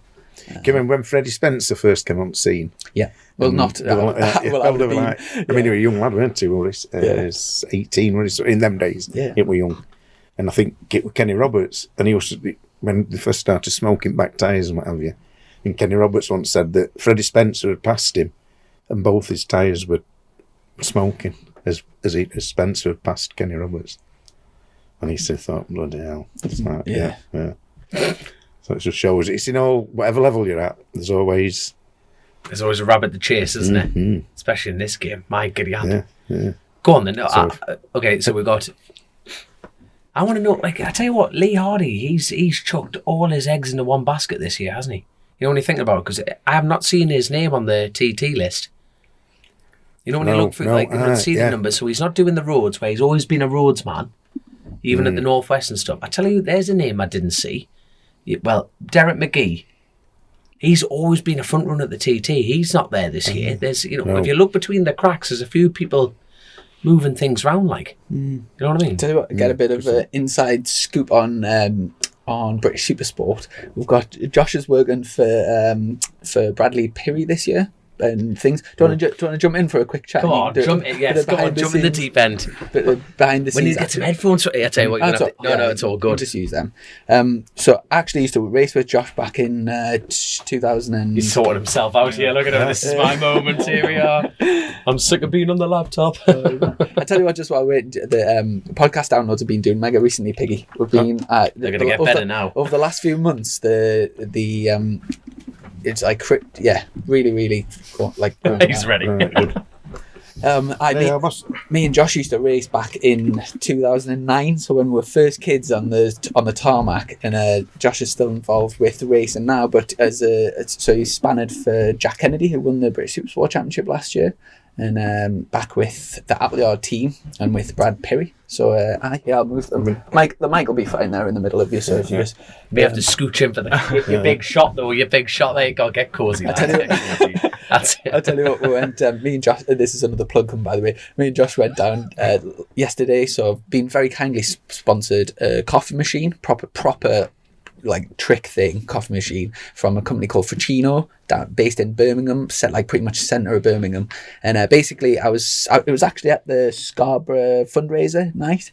Got speaking to a guy there called Andy from Espresso Services North, and he put us in touch with Adrian Maxwell, and I went down and met the guy. Josh was with us yesterday. We had a full tour of the factory, and he's very kindly sponsored our team a coffee machine for the year, so absolutely buzzing about that. But honestly, mate, from if you're like into like engineering and stuff like you are, it was unreal. Like the factory, massive thing. They make it's made in Britain. Every single part of the whole coffee machine is manufactured in-house. Like huge production lines, and they're exporting all around the world. And, like, it was absolutely amazing. I can't wait to try it. It was really impressive, wasn't it? It was really good. You'll find it weird listening to your own voice through the thing. You soon get used to it. But I inside scoop on British Supersport this year. Who's is it Dutch lad, the one that was P2? Van Sigleris. Yeah. Oh, he said that before, hasn't he? Straight off the tongue there. He's actually been around a few years, I think. He did World Supersport. Right. And then he's actually been in BSB for a couple of years, I think. Right. I did hear a rumour, I don't know if it's true, but I'll say it anyway. Good lad. That he actually had surgery, he had his legs broken. So his toes always used to stick off. And he used to grind his toes on the floor. There was an issue. And about a year ago, he had surgery to have his legs straightened. And that's what he puts down to being a bit sort of steady, I would say, over the last couple of years. And now he's feeling good and fit again. Yeah. Wow. Because he's, like I say, you used to seeing like the likes of Piri and Jack Kennedy. That's what happened to me, that. I used to grind I was 6'3", mate. And they've like slowly ground down. The wonderful would have working for Christopher Rouse. There you go, straight away. Do you know what I mean? You used to see him the likes of Kennedy and the usuals up there. But yeah, it'll be interesting to see another name in the mix. Also, Lee Johnson was like from the last few years, he's always been sort of top 3, top 4. He was a little bit steadier, maybe just sort of bedding in nice and steady for start of the season. I don't know what he's done riding, like off season. I don't know. We're actually going to see him later on today, so we'll find out. But Damo Reese's went from super stock to being teammates in super sport with Lee, so you'll have a teammate out there. What happened to Shane Richardson? Them two seem like he's gone to 600 as well, hasn't he? He's just had a big crash actually out in Squadix, I think it was, but they went out for a test over in Alcaraz or somewhere. They went out on the Triumphs, and he's teammates with Rhys Irwin. Rhys has jumped over the Triumph on their 765. And Josh Day's riding one of them as well, isn't he? Yeah, that's for the Astro James Jackson Racing team. So they're one of the mental people that are at Donington today, aren't they? We've seen them this morning. We've been watching you staring at your phone in the corner there, so we'll have to pull that up soon. See has there been any live timing on so far? I don't know. It's on Tinder. There was a lot of swiping anyway. At least you're honest. He'd be going around the local area going, I'm best mates with Piggy. They'd be like, to be honest, I'm surprised he's still got a thumb after the last 2 days I've been with him. Isn't it grounded? Speaking about grounding his feet down, I think Josh is going to have half a thumb soon. But I can't even. He's like, I'm not denying it. Yeah, that's straight off the bat. But you've been out of Spain testing with the Appleyard team. Good. I mean, that team's been so successful in Supersport. They've won 4 titles back to back. Last year was the first time that they haven't won. And doing another year with Piri, I think it's looking like it's going to be a good season for you. Yeah, definitely. I think he was really quick early on. So he doesn't do any riding in the winter. He never rode any off-road bikes or anything. First time he rode the bike was when we went to Almeria. There's 2 tracks there. Is it Andalusia? Yeah. And then Almeria. 2 days at one, 2 days at the other. And like he seems to have, so I've known Brad for years when we did mini bikes and stuff. You've obviously had him on your podcast and stuff, but he seems to have like come of age a little bit this year. He seems a little bit more grown up.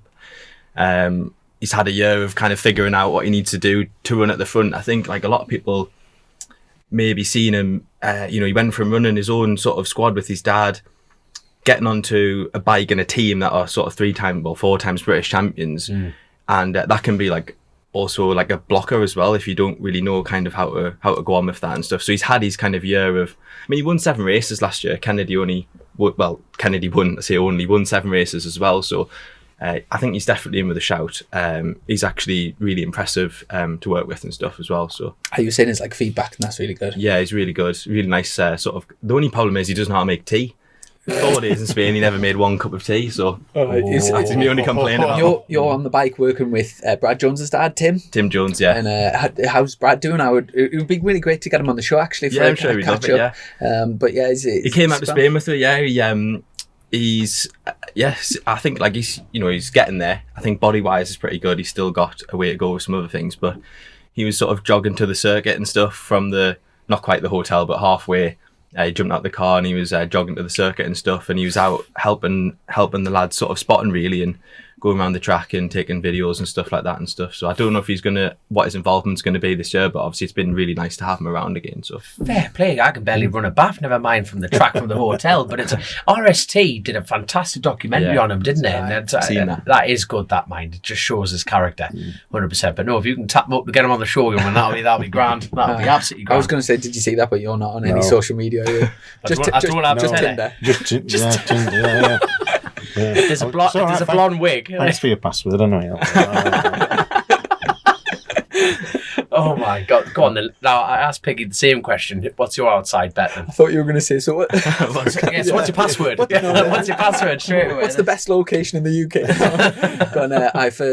Were you talking superbikes? Superbike, super sport, I want the lot. I think you'd be daft to rule out the likes of Haslam and Sykes and obviously Brooks. They're going to be competitive, aren't they?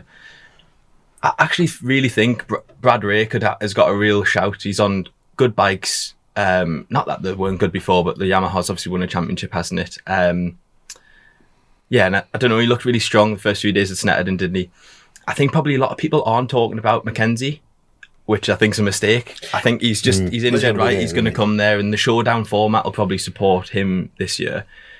It's really hard to pick one person. I'll go for Brad Ray as a kind of outside bet, I think, for winning the championship. And then it's hard to kind of say in Supersport. I think it's going to be, you wouldn't rule out Kennedy because he's just, you know what he's done over the last few years. He can sort of ride anything really. He's on a good bike this year. But I really think Perry's going to give him a run for his money. So I would say that. Especially with you on the spanners, just making making the difference. That's it. And is there a reason why he doesn't do any training in the winter? He just does he not feel the need? Or he made a really good point. He was like, you give all your season, like your entire life just revolves around it, doesn't it? He goes, it's actually nice to just get away from it. That kind of makes sense, I think. I remember speaking when we first started the pods. That's what you straight off the bat you were saying that you just like you want a break from it, and like Brad's obviously doing that, and it's definitely showing it doesn't make it any slower. My goodness, no, far from it. I mean, obviously when we went to Spain, those tracks were tracks he'd never been to before, and he was quick straight away. Like I think Harry Truelove as well. I didn't really know Harry before being in the team, but he's a great lad. His family are fantastic as well. And he was really quick straight away. Obviously, he's got experience of the Yamaha, so I think for him it's going to be nice having the kind of the infrastructure around him, really, the team and the experience of Gary and Alex. Yeah, nice lad, Harry. He's a lovely lad, isn't he? It's sound. I'll grab the Patreon questions because I haven't actually mentioned the fact you were coming on because it was unexpected, but we'll have some ones for Piggy. First one is from Paul Watson, which is an Isle of Man resident. Yes. And a good friend of ours. In this photo, has Piggy got 3 nipples? I haven't pre-read these, by the way. Piggy's like a Bond-themed villain show, isn't it? Piggy's prediction for the TT, and where does he like to watch if he isn't too busy? So, prediction for the TT? On big bikes, sort of thing. Yeah. Dom? Poor taste. It's a tricky one, isn't it? Because it's nobody's been out of this, so it's no. So that's going to play, I think, into McGuinness a bit, and he's away early. He's at number 1, isn't he? So on a new bike, but he hasn't ridden it all. Like, bear in mind that John hasn't done a lot on a big bike.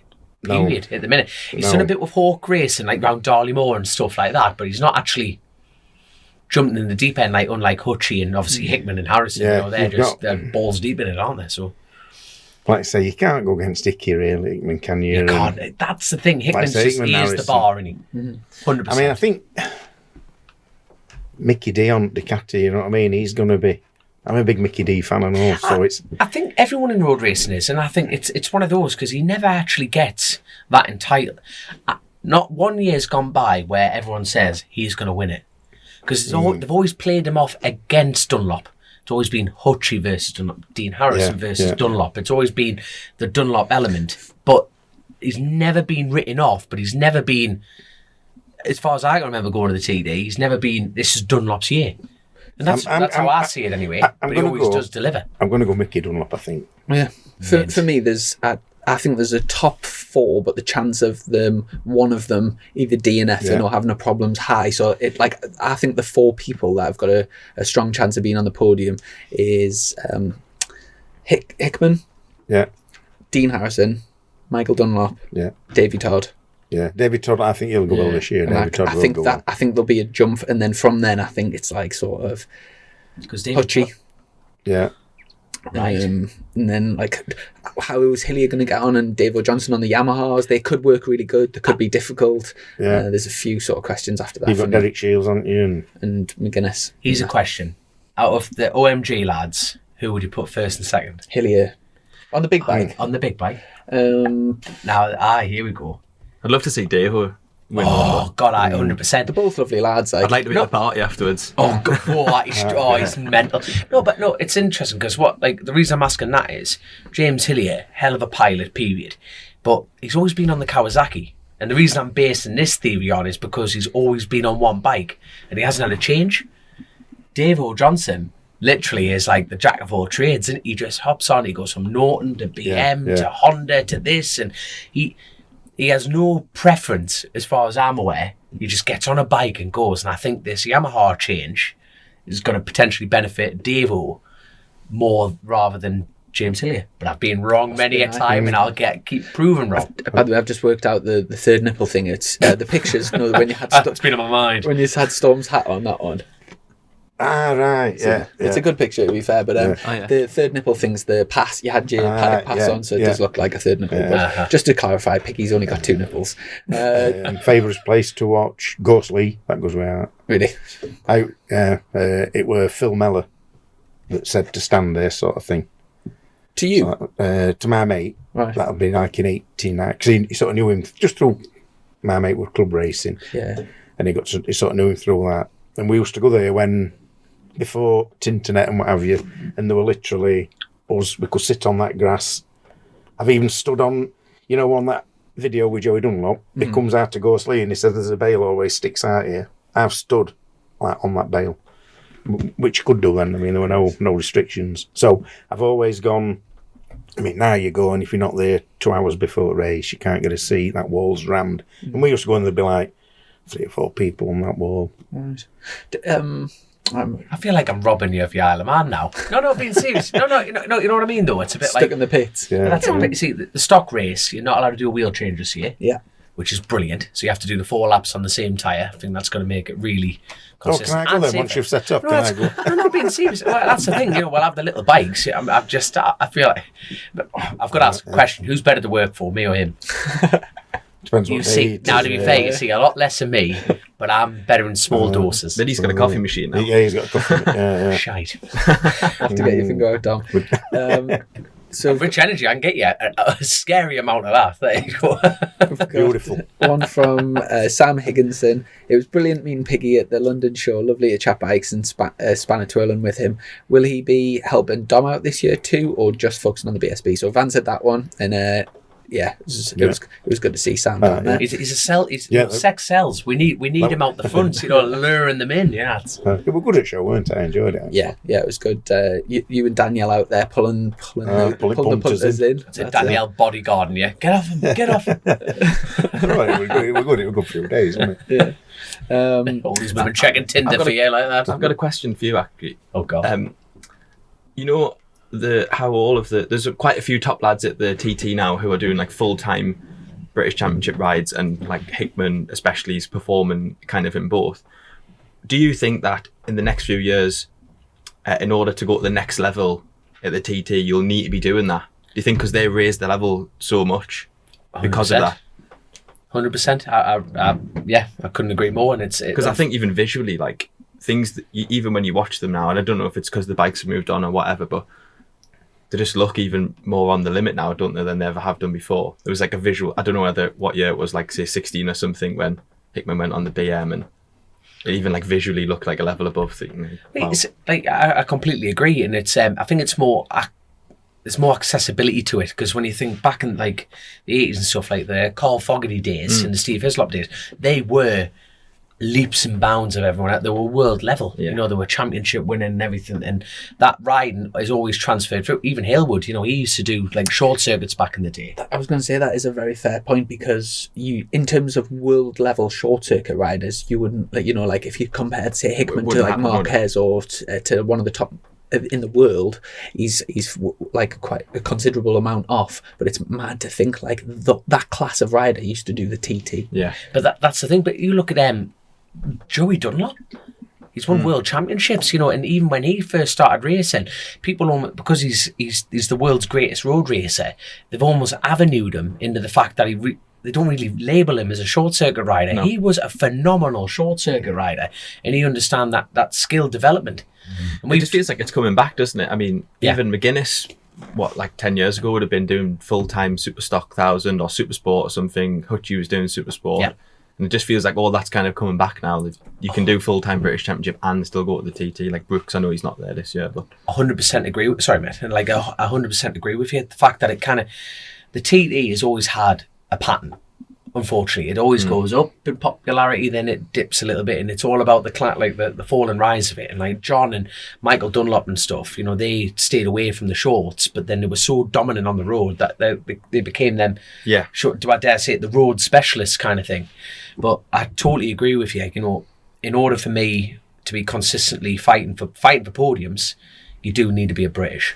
Yeah. But unfortunately, I don't have a pot to piss in, so it's you know what I mean. And it's that next step would be crucial. But like you say, there is going to be a turn of the tide. There is going to be a changing of the guard, and that's in any sport and any walk of life. There is going to be that change of pattern, and you have to be at the door knocking on it to do that. But great shout about Davey Todd, mind, because he is not. But look, where was he? 5th in stock there. You know, he's putting his money where his mouth is. He's getting the time, and Clive believes in him, and Clive invites confidence. Second, he put a Paget shirt on. I think it's 3 mile an hour quick around the Isle of Man period, solely because of your sheer belief. And I think, I think he'll have a good year. I think he will, because they know what they're doing, don't they? Of course they do. You know what I mean? You could put the back wheel in the front and the back again. You'll win on that. And all right, Clive, no problem.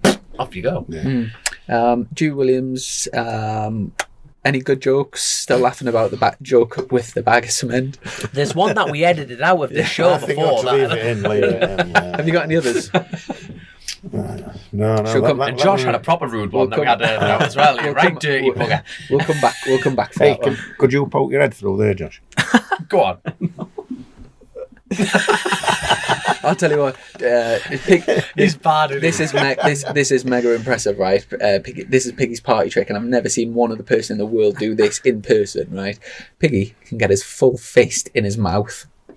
Yeah. I've heard about this. Yeah, McGuinness were well impressed, weren't they? Come on, straight in. You can hear it move, man. You can hear it on the mic. That's rough. Yeah, but it does go in. I'm not trying to end that. Yeah. You hit your gag reflex there. Yeah.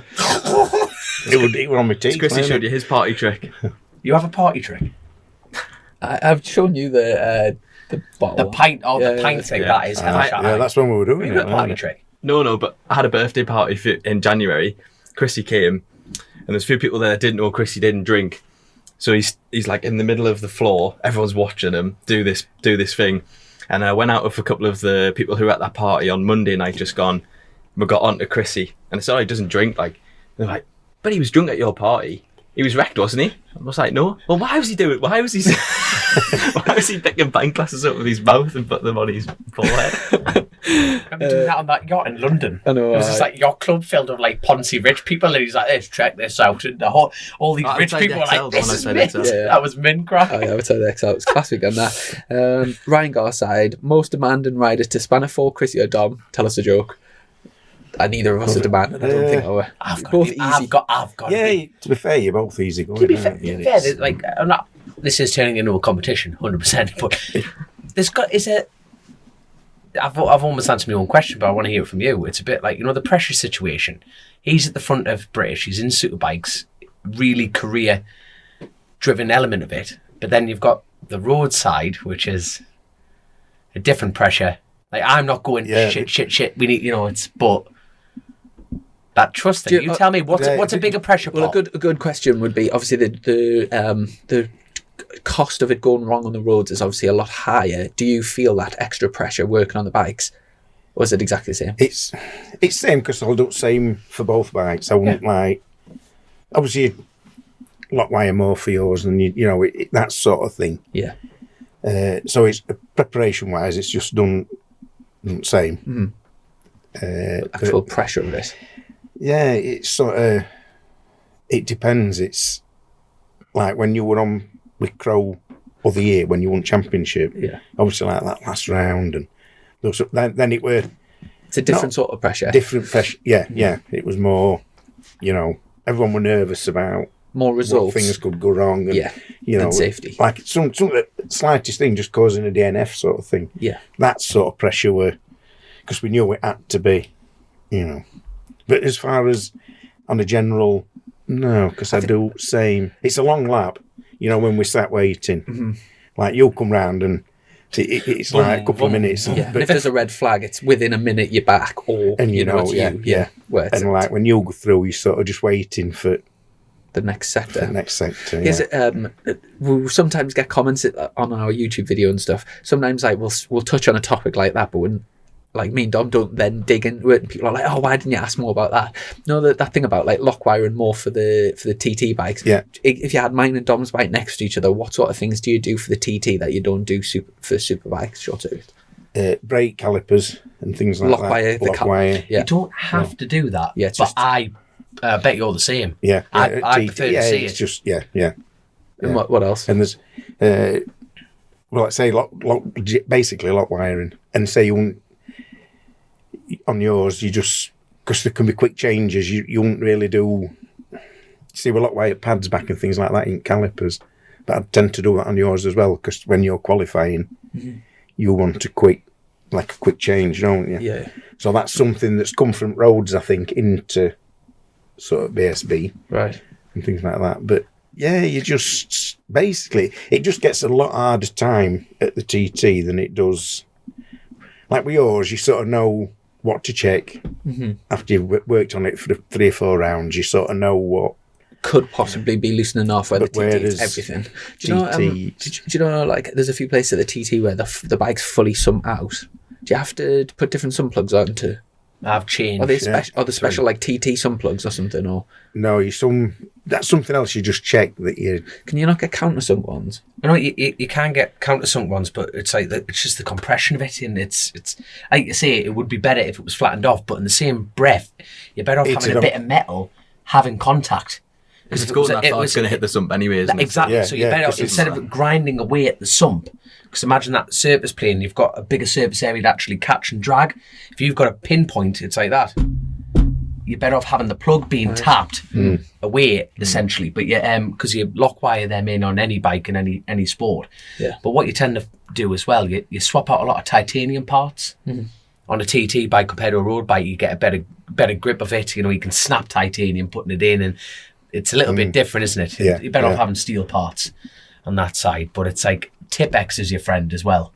Jesus, you just mark everything, don't you? Like, do you know when it comes tap that, mark that, do this. When you get your big bike, obviously sort of Crawley looks after all the technical side for me and like the sort of maintenance and whatever. For yourself, are you looking after it yourself? No, you are. I shit thee not. I wouldn't ride it to the shops if he was touching it. No, I'm not. Wait, because I'm the world's worst mechanic, by the way. I'm surprised you knew what a sun plug was. No, the thing is, I can do I'm incredibly analog in a digital age. Like, I open a laptop, my brain would melt. That is the truth, you know. I can fix my saw and stuff like that. And we had a full, proper lengthy discussion. Like, I'm so grateful to have Piggy there, because what's going to happen is Fran and Neil are going to look after their 600 and Super Twin in the counting camp, and we're going to try and put the teams together at the Isle of Man. And then my dad, who's getting involved this year, in Piggy. And the good thing is that is a team that aren't scared to overtalk each other. And what I like about that is there's no ego going, well, I've done it, you don't have to check it. These two will ask, him and my dad will ask each other a million times over, did you do the front sprocket? I'll check it again and check it again and check it again and check it again. Now, the good thing about the Isle of Man is, because they're evening practices, you've theoretically got to hold it. It doesn't half go by quickly, doesn't it? Oh, it does, yeah. So you get your wheels out, check it, but you have a full day to prep for a two-lap sprint. Like you say, with you, British, and all you British lads, you're out in, and that pressure pot's slightly different. And Is just a quick, I suppose, for all three of you, especially when there's more than one person working on a bike, in order for there to be no nuance, and it's like just there's no grey area, it's like everyone's clear of what's been done and what hasn't. Is there like checklists and stuff like before the That's how we operate. So Apple Yards are really good at basically, like, so Tim looks at the back of the bike, I'll look at the front of the bike. If there's a problem, then obviously everybody jumps in it. Tim's the number one mechanic. There's a checklist of things that you do every time it comes in. Everybody does the same job every time. So I push it out, Tim puts the rear stand on. So there's just a constant routine. Is that a physical checklist as well? Like a full-on clipboard job? Yeah. Oh, yeah, spot on. That's maybe something you've got accountability for it then, right? Because one thing that... So this was from a book that I read ages ago, and it was talking about, do you know, it's called black box thinking. And, you know, in every aeroplane, there's a black box, so that if there is an accident, which is orange, it's got nothing to do with it's got nothing to do with insurance purposes or anything. It's so that accidents don't happen. And there was years ago, in a short period of time, there was a few crashes that were ever so similar, and and it was because of the black box that they looked in detail, and it turned out that there was there was two handles that had the same sort of feel or look quite similar. And what was happening is when other things were starting to go wrong and the pilot was in a stress situation, which you wouldn't normally feel in practice, they would accidentally do something instead of putting the wheels out, and then the planes were crashing. So they made it like a pull and then put the other handle as like something completely different. Oh. And that accident never ever happened again. And it's used like that. Now you've kind of got to be a little bit like that with bikes, because especially... Well, any motorbikes anyway, but especially at the TT and like the road racing, got to be like crystal clear. So that's maybe a good little like a system that you. But like you say, going back to the lock wire thing, it's when you lock wire something, you physically see it done. You wouldn't put lock wire if you were like rebuilding the caliper, cleaning out and everything like that. Yeah. You put it all back together, you put it on, you tighten it, then you lock wire it. So when you walk by the bike, you're like, I've done that. Mm. Yeah, you know, yeah, and you'll know it's done as well. Exactly, that's exactly it. Even like sprocket bot, like the Manx Grand Prix regs are slightly different, like massively different to be fair. They let you get away with more at the TT, but you can lock by the whole bike, like sprocket bolts on the rear, and it's just one less thing. Do you know, it's funny. The amount of weight that must get added to the bike. Do you know, my brain works in a way where I love like that sort of clarity and like clear things. And I remember, I think we've talked about this before. Do you know when you pull up at a junction and like the person next to you will say, yeah, or yeah, you're okay or whatever like that, and like you always check yourself anyway. And you know, our friend Tom Salisbury, he's got like a really sort of cool job, like very prestigious sort of job. And when we're in the car, and if he's there and he'll say like clear left, and you don't even have to check. Yeah, and, like, you just go. But yeah, it's you know what he's going to do now if he's listening to this for a bit of fun. He's going to be like wagging, he's going to go clear. Yeah, But here's a question: would you continue racing without? I'm not even asking that. Without Piggy? I never want to. That's what I mean. That was just such a stupid question. It's just the confidence building him. We've been working together since 2000, and you introduced 2010, but like properly from 2011 onwards. So it's like quite a while. 11 years. Going into 11 years. You are an enigma, mind. You can just drop you. He can drop you in a war zone. You'd make a friend. I tell you what. You know what I mean? Do you know? And going back to the whole superbike thing as well. Obviously, it's like been a dream of mine to get into superbikes and to to go and just to do that first testing, to get everyone together, the full team together, to get the bike out and like actually be on track, it honestly felt like a massive achievement in itself. And I wouldn't, to be honest, I wouldn't really want to be doing it with another group. Like I think it is really cool, and like I just feel like unbelievably grateful to. There's like hundreds, thousands of people kind of pulled together to make it happen, and it's not like one person's came in and sorted it. There's so many people like pushing together to. Josh did that at Apple Yards, but we're not talking about that too. Everyone is excited. It's so how it all went. I thought were unbelievable. It was like, and you weren't far off. I mean, fastest BM were Hickman, wasn't it? Yeah, I think it was. And you weren't far off him. You weren't too. Yeah, I think it was about a second and a half. Something like that. And a half off, in terms of racing, I know a second and a half's massive. But it's. But you were saying you were 2.5 seconds off at fastest. Yeah. You were like closest to fastest BM, weren't you? Yeah, that's it. Who's that? Who's that? That's interesting. Maybe we're getting sacked or getting a promotion. One of the other. There you go, John. I don't know who it is. It's my mum. She's asking after Piggy. I reckon we do look similar. You know, there could be something there. One wild out night in Newcastle. Dad, anyway, cross this emotional bridge later on. I'll just have to double check. I can't remember if we'll finish the. Yeah, we've got a few. On a typical BSB weekend, what's the most stressful part and what's the most enjoyable? And what track do you like the most? Love the jokes. Most stressful part. I sort of think qualifying's a bit. That's the one where I feel, especially with stock, I don't know it's going to be like with superbikes, it's going to be a bit. But yeah, I think qualifying, because that's when, because you're a better racer than qualifier, aren't you? Yeah. That is a definite. Yeah, that's a really polite way of saying I'm rubbish at qualifying.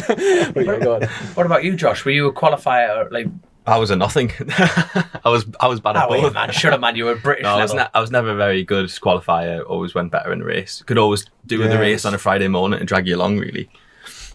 Yeah. I've actually worked for Josh a couple of times on the pit board when he was in British Supersport. And can you remember the Evo class? You used to get like a regular podium finish in the Evo class. Yeah, I was a nobody. Listen to yourself. That was a nobody class, really, wasn't it? But yeah, we finished third in that. 2014. I ran like a privateer effort, like ran yourself. I remember it was a proper nice outfit. I used to when I wasn't racing, I used to go and do the pit board for them. Jesus, we had some good road trips in that little van, didn't we? Yeah, he once did a European Superstock meeting at Silverstone as well. Like, was Vandermark in that in the then, or that was the year before? I'm not sure who was in it then, actually. I think like Dakota Momola and a few of those lads. Again, I crashed on the first lap of the race. I love we're building such a mid-pitch here. Like, don't worry, I crashed on the first lap. I'm just level it out there. It wasn't Still great. Cool. But I'm getting some bad feedback here. I'm not sure what it is. I think it might be this. One away. Yeah, that's cool. But we're going to make a return back into the British paddock. What's the future hold for Josh? We've been talking about it, but I'd have to see it. I'm going to test a Supersport bike this year. And just see how slow you'd be. I really fancy it. I think now I've been like working for a good few years and I've got a bit of money behind us and stuff like that. And it's just an itch that I still haven't scratched really. But I don't have any like huge ambitions in the sport anymore. But I would love to go and do British Supersport again. So I'm gonna have a test this year and see if I can lose some weight and stuff like that and go from there. But I think there's a certain like energy people give off when there's still that sort of itch to scratch. Yeah. And there's like there's like something special like when people are like going out and getting it, and in the racing paddock there's so many people, like everyone you sort of meet, it's a very like close group. Everyone that's there are like doers on. They're like anyone in the teams, all the riders, all the families and stuff. Everyone's just a doer, and it's I think there's something special about like not just sort of surviving and like sort of, and that's with either riding or being involved in the team in another way. Everyone's kind of like trying to get the best out of their life, and there's something special in that, I think. What would you be doing, Piggy, if you weren't in motorcycles? I could just see you as a mint doorman. You've got the crack for a doorman, just start headbutting people. You know, I could just see you working a door somewhere. I think it'd be outstanding. I don't know what I'd do. That'd be interesting, wouldn't it? Because when you think about time that you spend, that gets taken up with racing. It's unbelievable. I reckon isn't it? you'd go down well as one of those the butlers. Yeah. Butler? The butler. What, a butler and a buff? Bachelor party, yeah. 500 quid a night, Piggy. Here he comes in. That's a very different website. Yeah, thanks for your password. Oh, yeah, man. Right, well, I think we'll wrap things up. We've got Yeah, after that note. we've got next out we're down at Silverstone. So when this podcast goes out, it's so late Sunday night, and then we're out at Silverstone on Wednesday and Thursday for the final BSB test, and then the following week, so like not that weekend, but the following weekend is the first round of the British. It's like Easter, isn't it? Actually, Easter weekend, yeah. So Jesus. mega, and we haven't actually had all the. I've been working on it with Josh with all the garage boarding and stuff. We're getting that wrapped and like finishing the design and getting that wrapped very soon. Special shout out to all of the people that have joined my supporters wall. Look, it's coming together really nice, and I think it'll be like a real cool addition to have like a collage of people's pictures. So if anyone is wanting to join that, that'll be running all season. Just drop us a message and we'll sort out something with that. And yeah, aside from that, has anyone else got anything to wrap things up?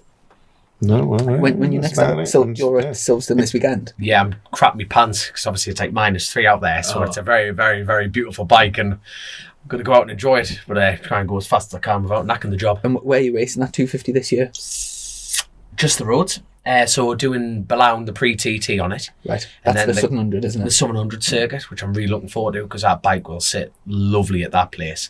And then going to go down Bray Hill on it, a classic TT. Are you thinking of run out in south of Skerries or? Just with the timetable, it's like quickly going back to the eye thing. It's if it's the surgeons, yes or no. So I've bet may have to go for surgery directly after the TT. But if that happens, that's a lovely 6-week window before the 700.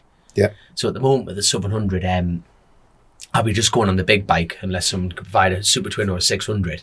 But then after that, it'll be leading on. But I would have run out of money by then, Piggy. So it's like the Southern, and then after the Southern, it'll be over to the Armoy. Sorry. Yeah. We've got Armoy, and then we've got Classic TT. So Because classic classes we can well. So I want to come over, but because they've shortened it. yes. Knacks the job, doesn't it? Yeah. Knacks the job. Did you get accommodation sort of for the TT, by the way? Yeah. Yeah, all Yeah. sorted. Yeah. Are you staying somewhere so- close to... Up near Signpost. Oh, lovely. Happy That's days. all right. Bit of a walk. Downhill. Yeah. I can drop you off at night. You can have a few scoops and then you can roll to work. There you go. Cat with no tail. Happy days, I man. put a shout out a few podcasts ago about accommodation, but I got sorted. Thanks very much to Max Ingham. And really looking forward to the 2 weeks over there. It'll be absolutely amazing. You're going to be Yeah. You get 4 Supporting your lad. That's it's it. not, Like it's not going to be an holiday, Chrissy. There's you're work to going be to be done. working. Yeah, there's 4 people in pit lane. Normally it's only 3. Right. So you have to have a designated fireman in that situation. So I think you should do the visor change. I think you should do the wheel change. Piggy will direct you how Yeah. to do it while holding the fire extinguisher. Hurry up, Chris! Hurry up. Yeah, I'll Just so do you fi- shit yourself. I'll definitely hold the fire extinguisher. But, Class. on that note, massive thanks, lads, for coming on the podcast. Yeah. Thanks for your time. No, thanks for having me. And huge thanks to our podcast sponsor, Colchester Kawasaki. Massive thanks to them, and a big thanks to all of our patrons and for sending all the questions in and stuff. We're doing another podcast today, so there'll be one for next week, and we'll look forward to getting them as the season gets tighter. Obviously, we were talking about it before. Mine and Dom's schedules are like so tight, so we'll just be squeezing podcasts in whenever we can. So the next And one is the last one we're doing for the rest of the year. And tell Lee when you see him I've mended my caravan. Because he always takes Mickey out my caravan. Does he? So tell him I've mended it. Why is that? He just says it's a shed, basically. He's always impressed with beer that's inside. There you are, champion. I hope he turns up with like a Winnebago or Have you something seen, like that. have you for seen Breaking Piggy's Bad. caravan? I'm intrigued to know what you've done to make it not a shed. Well, we're a bit flapping about bought at back, so have you- mend them You that. bought a new one. No, that's next up. We need. If If there's any sponsors out there with a caravan, can we Yes, sponsor so, Piggy a caravan? You've had that, you must have had the caravan for about 5 years now. Oh, easy. 5-6 years. Yeah. How many victims have you had? Would you care to share how much you paid for it? Well, so between two of us, me and Sutty, right, it was £300. So like £150 each. And it's honestly it's been a crack. What, we've this spent. side of the millennium? It's done you proud, hasn't it? I've had many nights in there. Yeah, and your dad's been in, hasn't he? Do a breakfast. Not at the same time. Just clarify that one. Yeah, full breakfast in the morning. Job Did together. a brekkie for Brogue you once, think you didn't know we? someone, Josh? There you go. I know. Yeah, no, it's been a good caravan, hasn't it? Yeah, it just goes to show you don't have to have the big fancy motorhomes. No. do you, Piggy? 100%. No. Yeah. And on that note, massive thanks to everyone, and we'll catch up soon. Take care. Lovely. Cheers. Yeah. Chasin the Racin, powered by Colchester Kawasaki. Part of the Global Moto Group, we supply new Aprilia, Moto Guzzi, Vespa, Royal Enfield, Kawasaki, Sim, Mutt and Benelli motorcycles.